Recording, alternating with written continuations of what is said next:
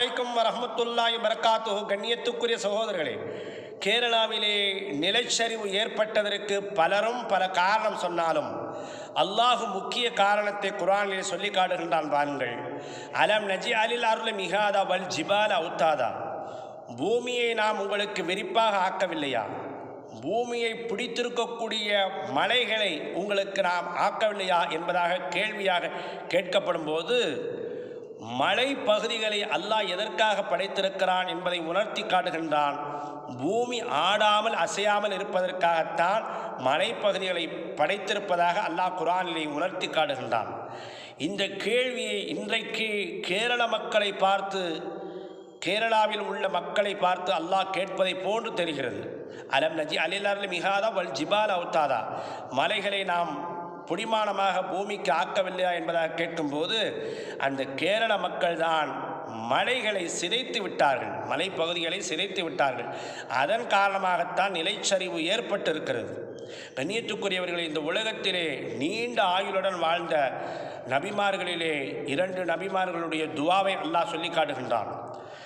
முதல் நபி ஆதம் அலைஹிஸ்ஸலாம் அவர்கள் 1000 ஆண்டு வாழ்ந்தார்கள் இந்த உலகத்திலே. அவர்கள் செய்த துவாவை அல்லாஹ் சொல்லி காட்டும்போது, ரப்பனா ظلمنا وانفسنا وان لم تغفر لنا وترحمنا لنكونن من الخاسرين என்பதாக அவர்கள் துவா செய்தார்கள். அப்ப நபி ஆதம் அலைஹிஸ்ஸலாம் அவர்கள் இப்படி துவா செய்திருக்கிறார்கள், யா அல்லாஹ், எங்கள் மீது நீ இறக்கப்பட்டு மன்னிக்காவிட்டால் நஷ்டவாளிகளாக ஆகிவிடுவோம் என்பதாக அவர்கள் துவா செய்திருக்கிறார்கள். அதே போன்று நூஹ் அலைஹிஸ்ஸலாம் அவர்களும் இவ்வாறு துவா செய்து அல்லாஹ் குர்ஆனிலே சொல்லி காட்டுகிறான்.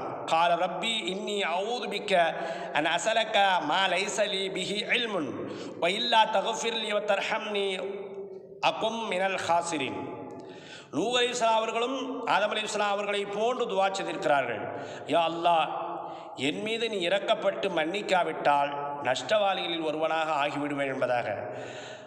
ஆக ஆதம் அலைஹிஸ்ஸலாம் அவர்களும் நூஹ் அலைஹிஸ்ஸலாம் அவர்களும் அல்லாஹ்விடத்திலே இப்படி பிரார்த்தனை செய்திருக்கிறார்கள், அல்லாஹ், எங்கள் மீது நீ இறக்கப்பட்டு மன்னிக்காவிட்டால் நஷ்டவாளில் ஒருவனாக ஆகிவிடுவேன் என்ற அந்த ஒரு துவாவின் காரணத்திற்காக அல்லாஹ் சுப்ஹானஹு வ தஆலா 2 நபிமார்களுக்குமே நீண்ட ஆயுளை கொடுத்தான். பல ஆபத்துகளை விட்டும் தப்பித்து அவர்கள் வாழ்ந்தார்கள். அதே போன்று நாமும் வாழ வேண்டும். ஆனால் நாம் 1000 ஆண்டு வாழ முடியாது. ஏனென்பதாக சொன்னால், நபிகள் நாயகம் ஸல்லல்லாஹு அலைஹி வஸல்லம் அவர்கள் சொன்னார்கள், இந்த உம்மத்தினுடைய வாழ்க்கை, இந்த சமுதாயத்தினுடைய வாழ்க்கை எப்படி இருக்கும் என்பதாக சொன்னால் 60க்கும் 70க்கும் இடைப்பட்டதாக இருக்கும் என்பதாக சொன்னார்கள்.